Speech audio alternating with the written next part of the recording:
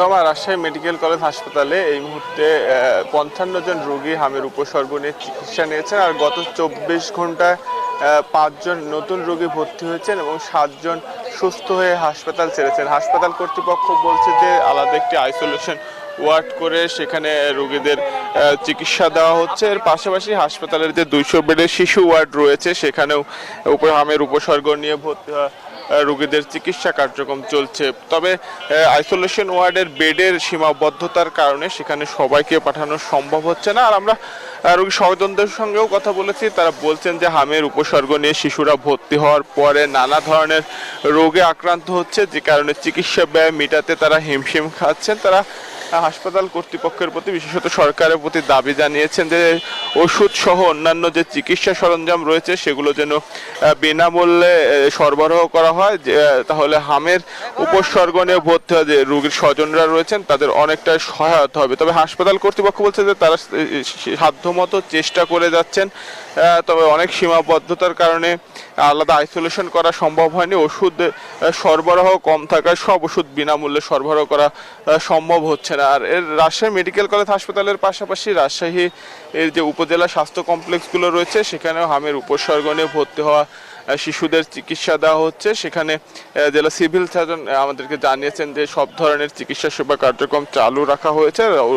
যদি কোনোভাবে রোগীর অবস্থা গুরুতর হয় সেক্ষেত্রে তাদেরকে রাজশাহী মেডিকেল কলেজ হাসপাতালে পাঠানো হচ্ছে। আর বিশেষজ্ঞরা বলছেন যে হামের উপসর্গ দেখা মাত্র বিশেষজ্ঞ চিকিৎসকের পরামর্শ নিতে হবে, পাশাপাশি আইসোলেশনের ওয়ার্ডে থাকা বা রোগীর আইসোলেশন নিশ্চিত করতে হবে, তবে হামের আক্রমণ থেকে দ্রুত পরিত্রাণ পাওয়া সম্ভব। এই ছিল রাজশাহী মেডিকেল কলেজ থেকে সর্বশেষ বরিশাল থেকে আরো খবর জানাতে সহকর্মী মিরন জানাবেন বরিশালে হামের উপসর্গ কেমন দেখছেন, সংক্রমণ কতটা রয়েছে?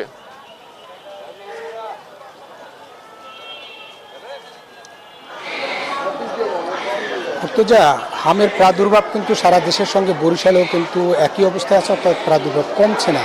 আমরা বরিশাল শেরেবাংলা মেডিকেল কলেজ হাসপাতালে আগের বুলেটিনেও যেমনটা জানিয়েছিলাম যে বরিশাল শেরেবাংলা মেডিকেল কলেজ হাসপাতালে গতকালকে আমরা যেমনটা দেখেছি যে হাম ওয়ার্ডে ১২৮ শিশু কিন্তু চিকিৎসা নিয়েছে, তার মধ্যে আইসোলেশনেও রয়েছে আলাদা আলাদা ৩টি ওয়ার্ডে ১২৮ জন ছিল। আজকে যে ওয়ার্ডটিতে আমরা আছি এখানে সেখানে কিন্তু ৫৬ শিশু ভর্তি হয়ে চিকিৎসা নিচ্ছে এবং গতকালকে এক শিশুর মৃত্যু হয়েছে।